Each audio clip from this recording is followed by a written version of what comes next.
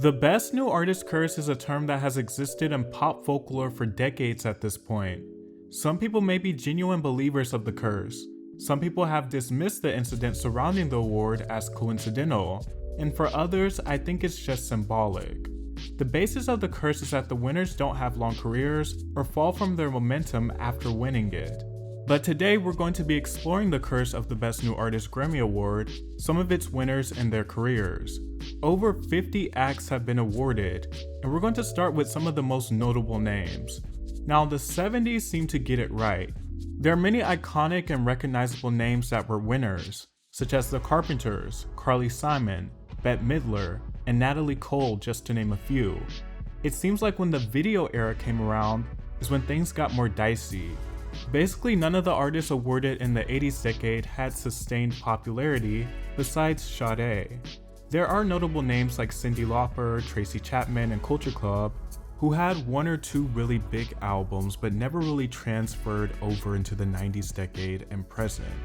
People like Cyndi Lauper started to do behind the scenes work, and she is an icon in her own right. The 90s recipients started off even rockier.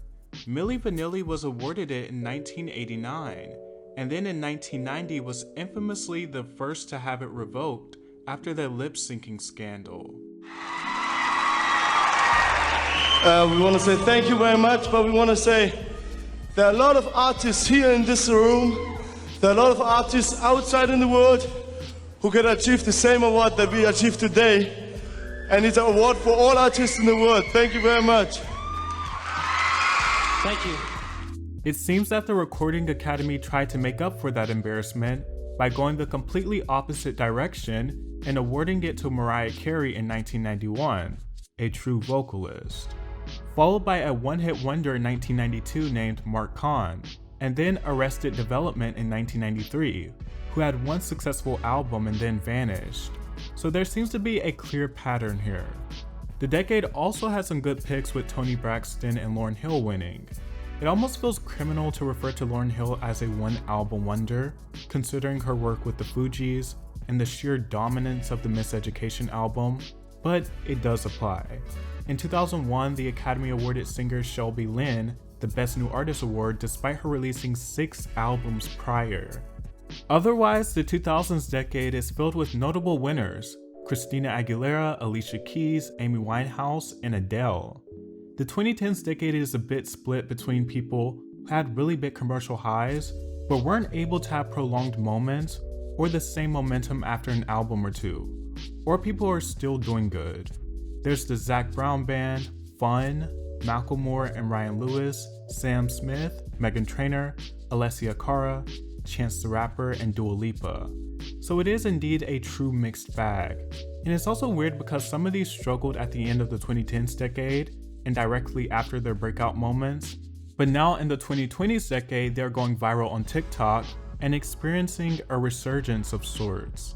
But whether that resurgence is staying or fleeting, only time can tell. The most recent recipients are Billie Eilish, Megan Thee Stallion, and Olivia Rodrigo, and I think it's still a bit too early to determine if the so-called curse is effective on them. So as you guys can see, it's not really a narrative that goes one way.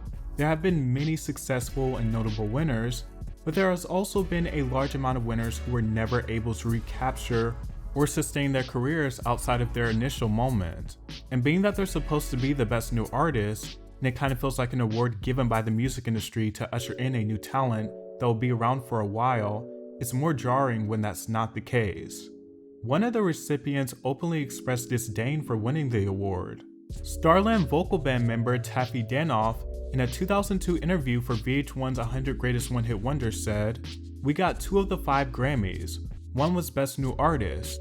So that was basically the kiss of death, and I feel sorry for everyone who's gotten it since." Which might seem like an easy cop-out in hindsight, but I think what the sentiment of this supposed curse boils down to is receiving such a huge honor, so much press and so much praise when you're new, and some acts not knowing how to follow up what made them the best new artist, and cracking under pressure. And when they don't deliver, it makes their slump more apparent. So do I believe there's an actual curse? No.